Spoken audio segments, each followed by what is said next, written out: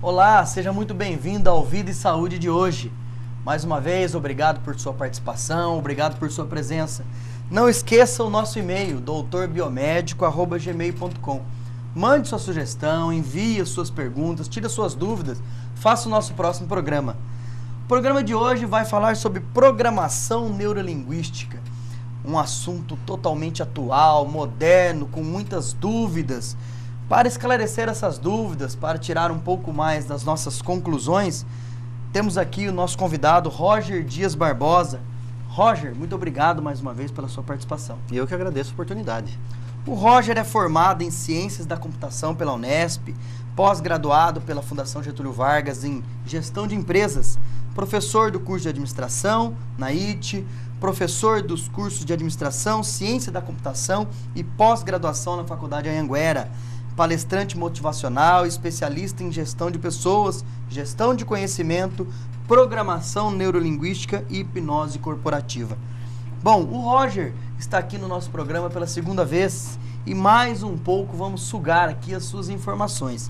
Roger, começando pela programação neurolinguística. Você que é um hábil hipnotizador e que trabalha tão bem com esse lado justamente aí dessa programação. Muitas pessoas se perguntam, o que é a programação neurolinguística? O que é a PNL? Então vamos comentar. Até que você comentou sobre a hipnose, né? A hipnose ela é um subconjunto da programação neurolinguística. A programação neurolinguística surgiu lá para a década de 70 e de lá para cá várias ferramentas foram sendo criadas e a hipnose está sendo utilizada hoje como uma ferramenta, né? PNL, programação neurolinguística. Para a gente é a ciência que estuda o nosso pensamento aliado com a comunicação mais a emoção. Então é uma tríade que faz com que nós nos movamos pelos caminhos profissionais, pelos caminhos pessoais, tentando o sucesso. Sucesso é o resultado. Sucesso é o que todo mundo espera. É a consequência. É a consequência de algo que eu faço. E se eu não fizer, provavelmente não vou chegar ao sucesso. Então a programação neurolinguística, ela trata muito como eu estou hoje, onde eu quero chegar e mais, o que eu tenho que fazer para alcançar isso. Ou seja, um exemplo, eu quero me tornar o biomédico mais conhecido do Brasil. Eu quero ser o doutor biomédico, o doutor bactéria que já tem hoje, por exemplo. Perfeito. Certo? Eu vou traçar situações, metas, para que isso ocorra. Exatamente. Mas não só traçar metas. As metas são importantíssimas, mas como eu vou fazer para atingir cada uma delas? De que maneira eu vou fazer isso? Isso. De que maneira e como eu devo me comportar e pensar para que isso aconteça, né? Na verdade, você tem muita gente aí que traça planos de 5, 10 anos, mas não chega a lugar algum, né? Eu, por exemplo, posso falar particularmente, qual é a minha meta particular? Dentro de 5 anos, ser uma figura extremamente conhecida na nossa região em termos de neurolinguística e hipnose. Certo. Essa é a minha meta.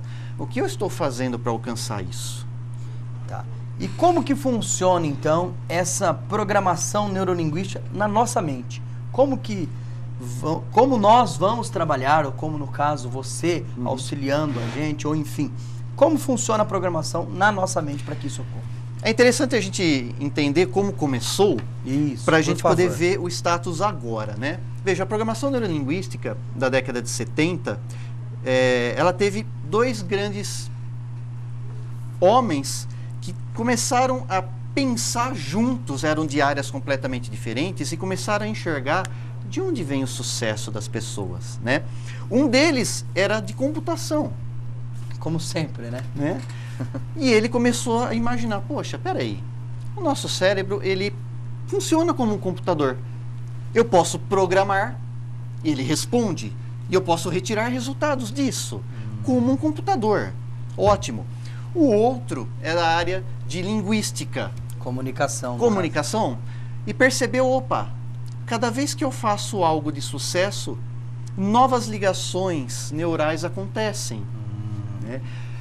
Como que eu posso aliar as duas coisas ao mesmo tempo? Comunicação e poder de programação que eu faço em mim mesmo no cérebro. Então, isso deu origem à programação neurolinguística. E uma das primeiras coisas que a programação neurolinguística faz, a gente chama de modelo. Eu vou modelar pessoas de sucesso. Tentar descobrir como que essa pessoa atingiu o sucesso. O que ela fazia? O que ela pensava? De que maneira ela se comportava? Como ela fazia, né? Quais as emoções dela? Será que eu consigo pegar esse conhecimento, transformar numa coisa que eu posso aplicar para outros? Né? Um dos primeiros modelos que foram criados dentro da PNL foi o do grande hipnoterapeuta Milton Erickson. Milton Erickson era um modelo de sucesso, né? Dentro da hipnose e da programação neurolinguística.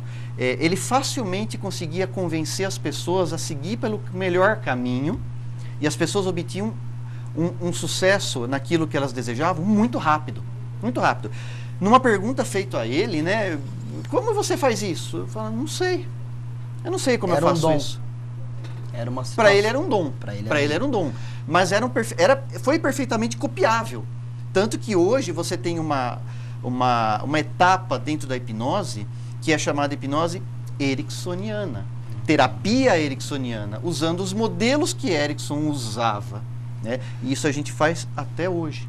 Até citando um pouquinho do que você está dizendo, a gente vê muitas pessoas, isso no dia a dia, do mesmo jeito que a gente vê que algumas pessoas estão fadadas ao sucesso, a gente vê algumas pessoas fadadas ao fracasso. Exatamente. Né? Tem aquela frase, alguns são especialistas em pensar aquilo que não querem. Inclusive, ele até atrai isso. Isso passa pela neurolinguística? Pela programação? Puramente neurolinguístico. Né? Então, eu tenho um exemplo que eu gosto muito de comentar. Um dia, eu comi, por exemplo, uma esfirra de um determinado lugar, e aquela esfirra me fez mal. Certo. Passei mal à noite, foi detectado que foi esfirra. Legal, pode ser que o meu corpo naquela noite tivesse menos propenso a ficar bem, mais propenso a ter um problema. Certo. Ótimo. Fiquei 3 meses sem comer a mesma esfirra, um dia me oferecem. Eu, por educação, aceito e como. E penso, essa esfirra vai me fazer mal. Batata. Faz mal à noite. Ou seja, você programou sua mente para passar mal. Para passar mal. Você ensinou ela. E vejam, eu costumo dizer que o subconsciente nosso, ele é burro. Ele é burrinho. Se eu falar para ele que, isso aqui vai fazer mal, ele acredita. Ele acredita e vai falar, tá bom. Corpo vai fazer mal. Ao mesmo tempo, e que se eu me programar e falar para ele, hoje eu vou acordar extremamente criativo e vou fazer todas as minhas tarefas que eu preciso de forma muito forte e criativa, ele vai falar, tá bom, eu acredito em você. E vai despender toda a força para que isso realmente ocorra. Isso. Então, é aquela frase, né?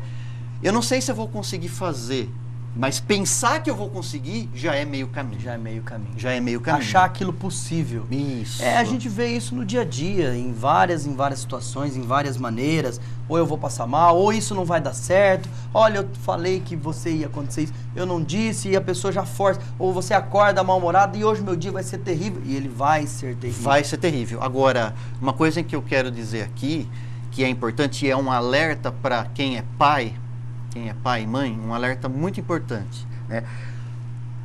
Desde quando que o ser humano começa a ser programado? Desde o útero. Desde o útero ele é programado. Tanto que você vê casos em que as mulheres grávidas escutam sempre aquela música com o neném na barriga. Quando ele nasce, ele foca naquela música também. Parece que ele já conhecia.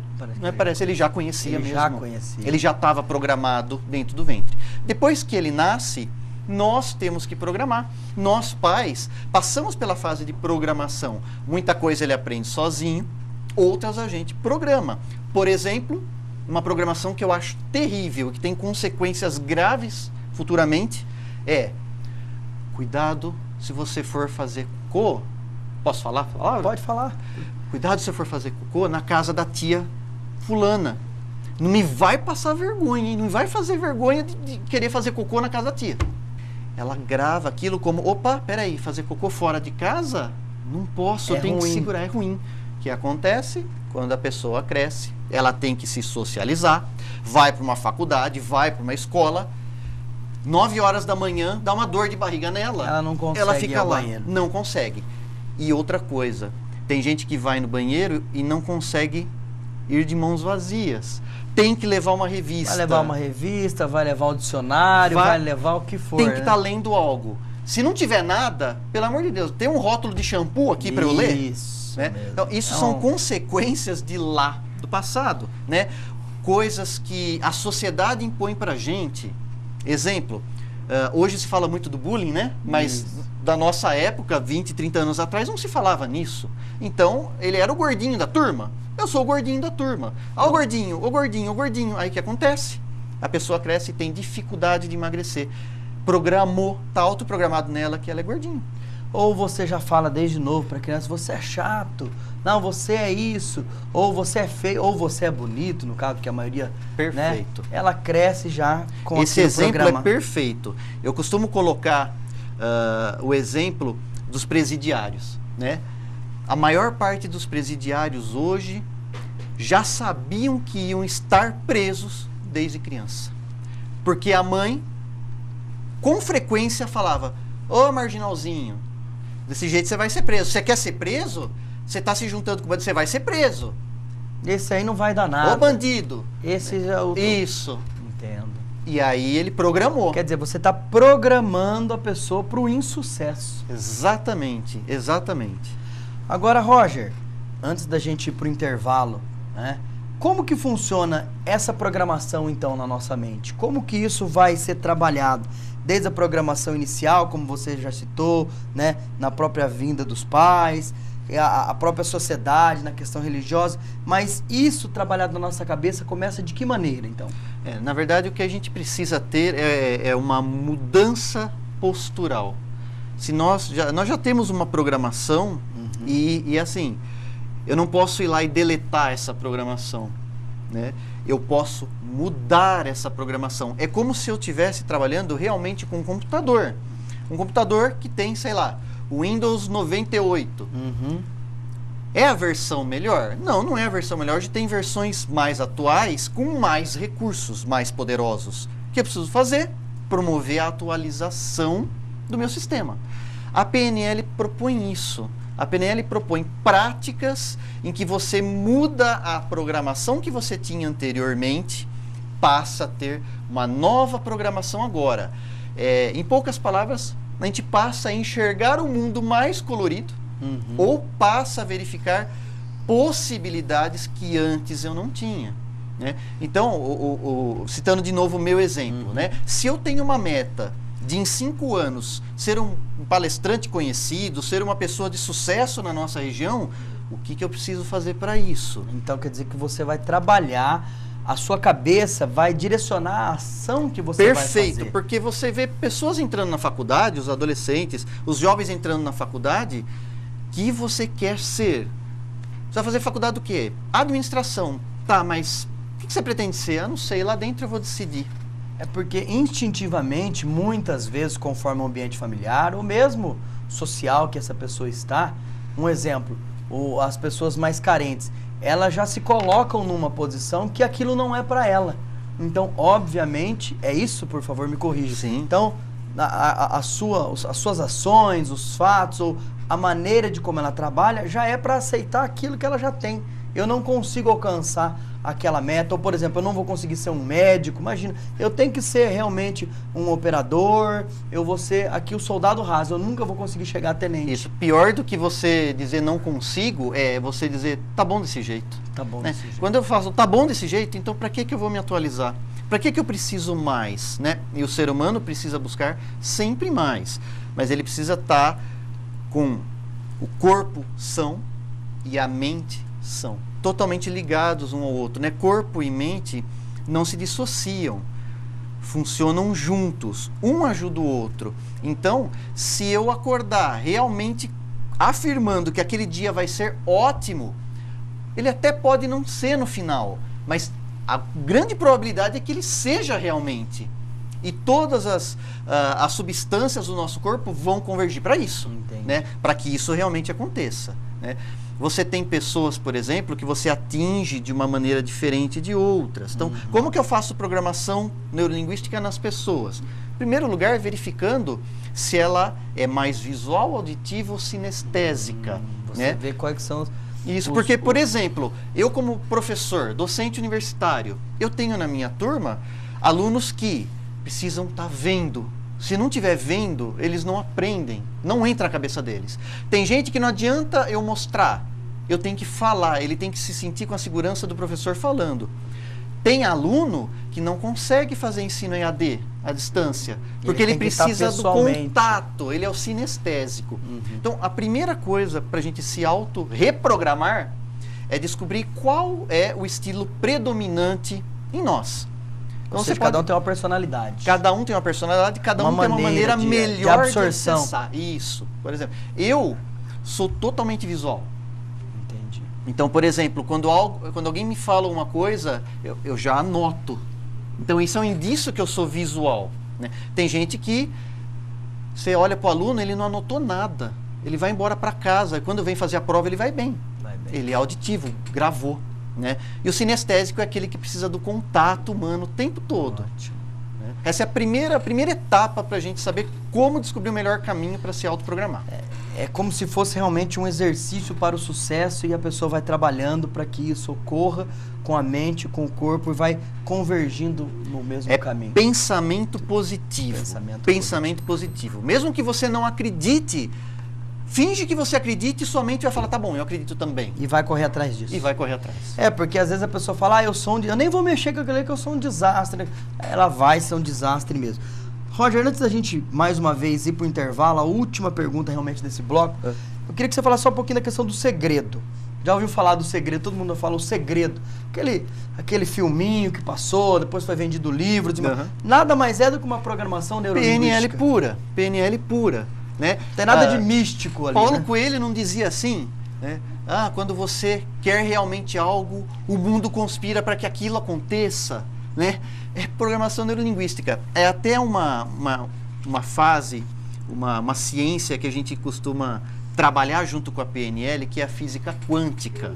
A física quântica acredita nos campos de energia, né? Então, por exemplo, eu estou aqui sozinho, e eu sinto a presença de alguém. Eu não vi, mas eu sinto que alguém está chegando. Como eu sinto isso? Intuição? É muito fácil acreditar que é intuição. Mas será que alguma energia não veio e interagiu? Opa! Então, a PNL, ela trabalha muito a questão da energia. Eu transferindo energia para outra pessoa, podendo... Tem gente que trabalha para o mal, retirando energia. Eu acredito nisso, né? É uma crença minha da programação neurolinguística junto com a física quântica. Eu acredito muito nisso, no poder da energização. Tanto que nas minhas sessões de hipnose, eu não trabalho só a técnica, eu trabalho a energização também. Perfeito.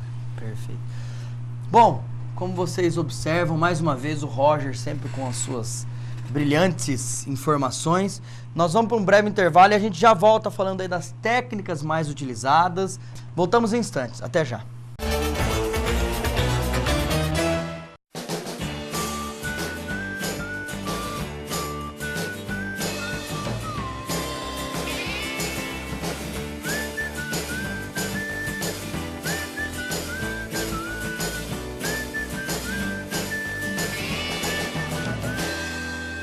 I wanna think so do.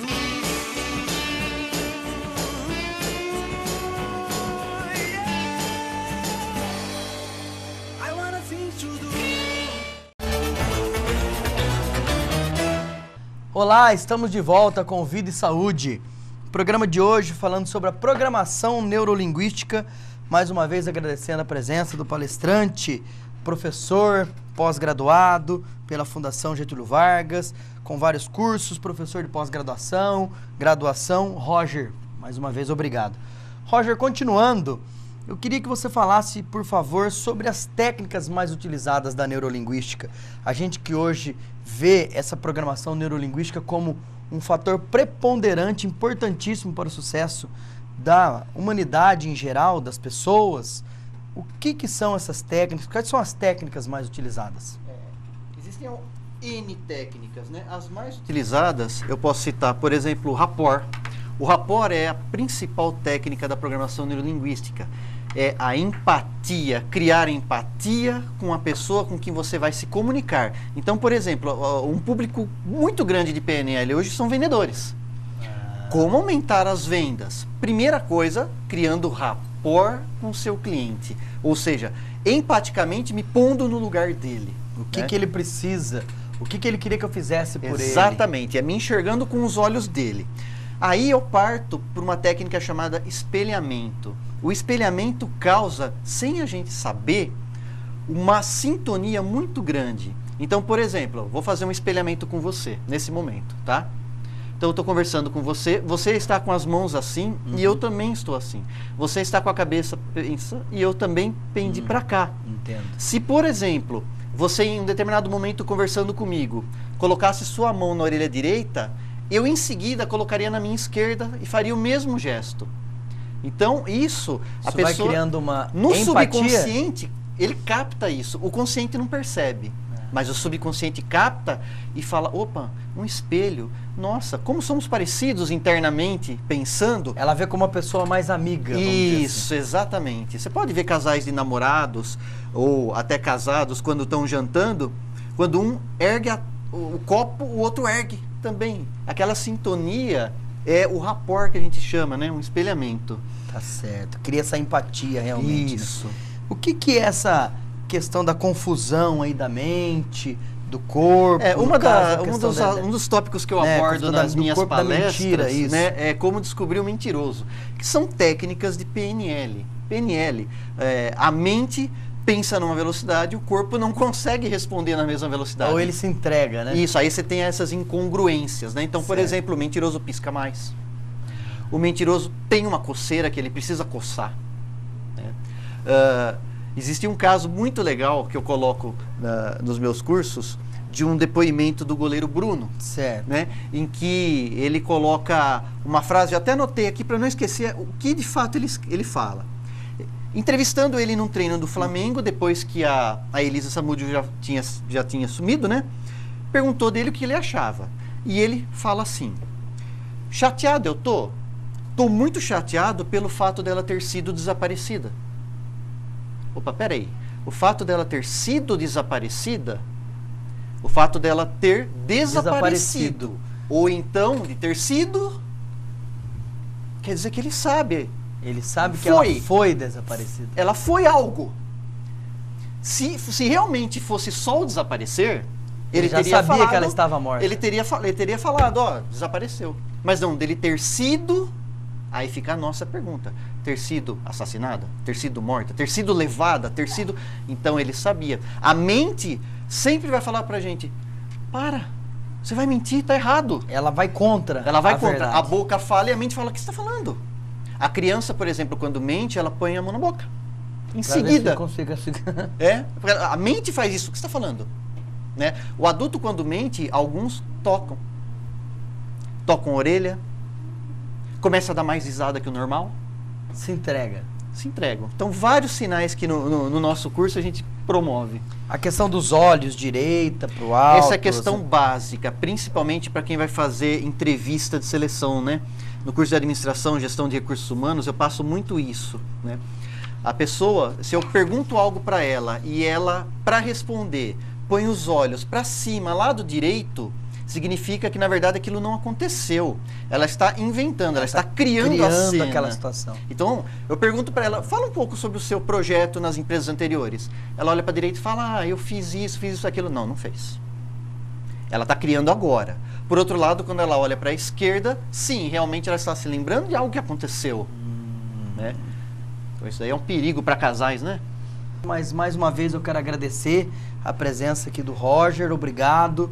Lembrando sempre o seu e-mail, que é roger@rogerdiasbarbosa.com.br. O seu site é www.rogerdiasbarbosa.com.br. Roger, então gostaria de agradecer a sua presença, a sua participação, muito obrigado. O prazer foi todo meu. Gostei muito de participar e poder explorar um pouco isso, né? Fazer com que as pessoas consigam entender um pouco mais todas essas místicas aí desses assuntos. Ok. E a você, telespectador, muito obrigado pela sua participação, muito obrigado pela sua presença. A gente se sente muito honrado pelos seus e-mails. Continue mandando, enviando seus e-mails, suas sugestões. Muito obrigado e até a próxima. Um abraço.